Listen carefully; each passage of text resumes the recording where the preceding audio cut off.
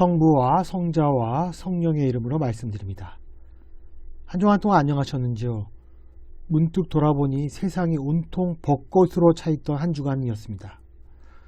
제가 있던 마포의 가로수길에도, 자전거를 타고 출퇴근을 하던 안양천변에도, 버스를 타고 지나치던 여의도에서도 벚꽃의 유형은 압도적이었습니다.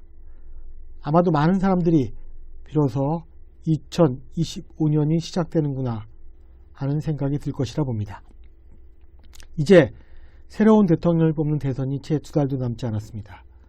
지난 정부 그리고 탄핵으로 막을 내린 현 정부의 수반에 대해 크게 실망한 저로서는 아무쪼록 손톱의 때만큼이라도 국가와 국민의 안위에 진심인 분이 당선되기를 바라봅니다. 성지주일 고난주일인 오늘은 예수님 곁에 달린 두 죄수를 통해 구원이라는 주제에 대해 이야기해 보고자 합니다. 제가 하나님을 믿은 후 교단을 정하기 전인 20대 중반에 개신교에 다양한 교단을 찾아서 출석한 적이 있습니다. 기장, 예장으로 대표되는 장로교는 물론 감리교 그리고 대학 주변에 있는 선교회 등에도 출석했었습니다. 그 중에는 상당 기간 출석한 교회도 있지만 결국 저는 가톨릭을 선택해서 영세를 받는 결단을 내렸습니다.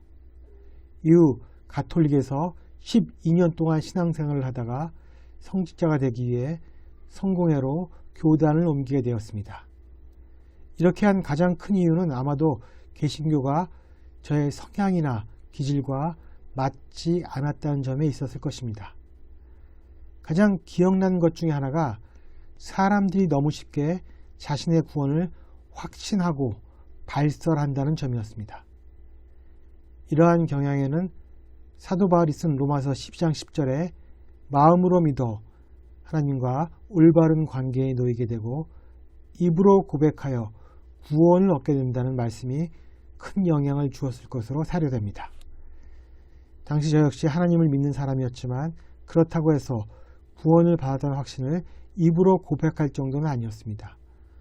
또한 그게 그렇게 쉽게 고백될 상황일 것이 아니라는 제 자신의 문제의식을 개신교가 포용하기에는 어려울 것이라는 판단도 들었습니다.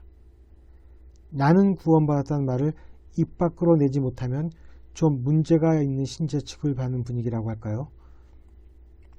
오늘 누가복음 23장 39절에서 42절에는 특이한 인물이 둘 등장합니다. 그들은 예수께서 달리신 십자가에 좌우에 매달린 죄수들이었습니다. 그 중에 한 명은 당신은 그리스도가 아니요 당신도 살리고 우리도 살려보시오라고 빈정거립니다. 반면 다른 죄수는 너도 저분과 같이 사형 선고를 받은 주제에 하나님이 두렵지 않느냐, 우리가 한 짓으로 보아 우리는 이런 벌을 받아 마땅하지만 저분이야 무슨 잘못이 있단 말이냐고 하며 다른 죄수를 꾸짖습니다. 그리고 예수께는 예수님, 당신이 왕이 되어 오실 때에 저를 꼭 기억하여 주십시오 라고 간청합니다. 그러자 예수님은 그에게 오늘 내가 정녕 나와 함께 낙원에 들어가게 될 것이다 라고 답하십니다. 이 장면을 보면 정말 구원이 사도 바울의 주장보다도 더 속전속결로 이루어지는 것이 아닌가 하는 생각이 듭니다. 여기서 비롯된 풍자가 평생을 막 살다가도 죽기 전에만 예수님을 믿는다고 고백하면 구원받게 된다는 웃기지만 슬픈 이야기일 것입니다. 그런데 전승에 따르면 이 죄수의 이름은 디스마스이며 전에 예수님과 만난 적이 있다고 합니다.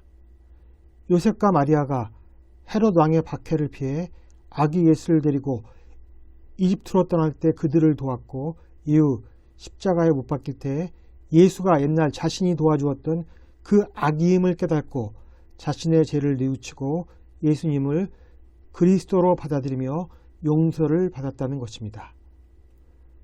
만약 이런 전사가 있다면 이 죄수가 예수님을 그리스도로 고백하기까지는 꽤나 오랜 시간이 걸린 것입니다. 그리고 이러한 죄수의 고백은 오직 누가복음에만 등장합니다. 다른 복음서에 등장한 죄수들은 아무런 고백 없이 죽음을 맞이하였습니다. 그렇다면 왜 누가복음만이 죄수의 갑작스러운 구원을 삽입한 것일까요? 이것은 구원의 극적 성격을 부각시키기 위한 루가의 의도에서 비롯된 것이라는 설이 있습니다. 루가복음 사가가 마테오복음 24장 40절과 41절에 종말의 때에 두 사람이 밭에 있다면 하나는 데려가고 하나는 버려둘 것이다. 또 두 여자가 맷돌을 갈고 있다면 하나는 데려가고 하나는 버려둘 것이라는 말씀을 각색하여 이 죄수들에게 적용했다는 것입니다. 그래서 저는 구원받음의 확신은 갑자기 생긴 일이 아니라 시간을 두고 천천히 일어나는 사건임을 말하고 싶습니다. 물론 하나님은 갑작스럽게 우리를 찾아오실 수 있습니다. 그러나 우리가 하나님을 만났다는 것과 구원의 확신 사이에는 분명히 시간적인 갭이 존재한다는 것입니다. 나치에 저항했던 독일어 신학자 디트리히 보네퍼는 구원에 대해 값싼 은혜와 값진 은혜라는 개념을 가지고 설명합니다. 그리스도인들이 저지른 값싼 은혜는 헌신과 변화 없이 죄의 용서만을 추구하는 희생 없는 구원을 뜻합니다. 이는 예수님의 희생을 가볍게 여기고 제자로서의 삶을 살지 않으면서도 구원의 확신을 가지려는 잘못된 태도입니다. 보네퍼는 구원받았음을 너무 쉽게 고백하는 사람들 보며 들었던 제 의문을 잘 정리해 주었습니다. 반면 값진 은혜는 예수님을 따르기 위해 모든 것을 버리고 자신의 삶을 그분께 온전히 드리는 것을 의미합니다. 값진 은혜는 그리스도를 따르는 길에서 대가를 치르며 자신의 십자가를 지고 예수님을 따르는 헌신적 삶을 요구합니다. 그렇게 산다면 삶은 필연적으로 변화됩니다. 값진 은혜는 단순히 종교적인 삶이 아니라 세상의 가치와 권위에 대한 단절을 의미합니다. 그러한 세상에 대한 낯선 자, 이방인, 오직 그리스도의 공동체에 속한 자가 되는 것이 값진 은혜인 것입니다. 이제 구원이 무엇인지, 구원의 상태는 어떠한지를 제 경험을 통해 나눠보고자 합니다. 사람들에게 예수 그리스도가 필요한 까닭은 무엇일까요? 왜 예수님은 오늘 이 독서인 필리피서의 말씀처럼 사람이 되시어 우리 가운데 오게 된 것일까요? 인간은 창조 때에 하나님의 형상을 따라 지어졌습니다. 그래서 우리의 어딘가에 하나님의 형상이 숨겨져 있는 것입니다. 분석 심리학자 용은 그것을 자기, 셀프라는 용어로 규정했습니다. 기독교적인 용어로 표현하자면 인간에게 있어 진정한 자기는 우리 안에 거하는 성령인 것입니다. 그런데 인간은 자기를 찾기보다는 자아, 에고를 쫓아 움직이는 손쉬운 길을 선택합니다. 자아가 우리의 생존에 있어서 더 직접적이며 그것의 인풋과 아웃풋이 너무 명확하기 때문입니다. 자아에 몰입하여 자기를 잃어버린 인간을 안타깝게 여기신 하나님은 급기야는 우리 마음에 있는 진정한 자기를 피와 살을 가진 인간의 모습으로 세상에 보내십니다. 이제 인간은 성육신한 그리스도를 통하여 직접적인 방법으로 자기에 대해 알아갑니다. 그리고 그리스도가 하나님의 뜻에 조금 더 벗어남이 없으며 하나님과 본질이 같은 분이심을 깨닫게 됩니다. 그래서 우리는 그리스도를 통해 우리 안에 있는 진정한 자기인 성령을 알아차리게 됩니다. 왜냐하면 그리스도는 하나님의 성육신이자 우리 안에 있는 진정한 자기의 현현이기 때문입니다.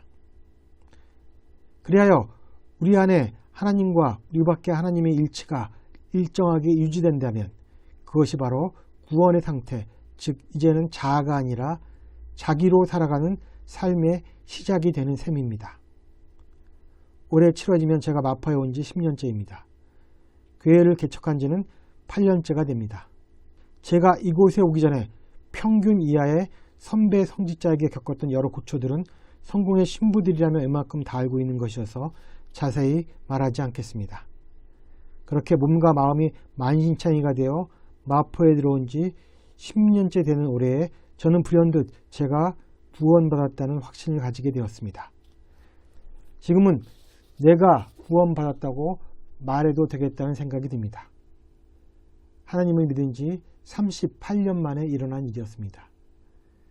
제 신앙에 있어서 새로운 장이 열린 것입니다. 이제는 어떠한 어려움이 닥쳐도 하나님을 외면하거나 원망하지 않을 것이라는 확신이 듭니다. 하나님께서 저를 구원에 이르게 한 주요한 방법은 좋은 말로는 청빈, 정확하게 말하면 궁핍이었습니다.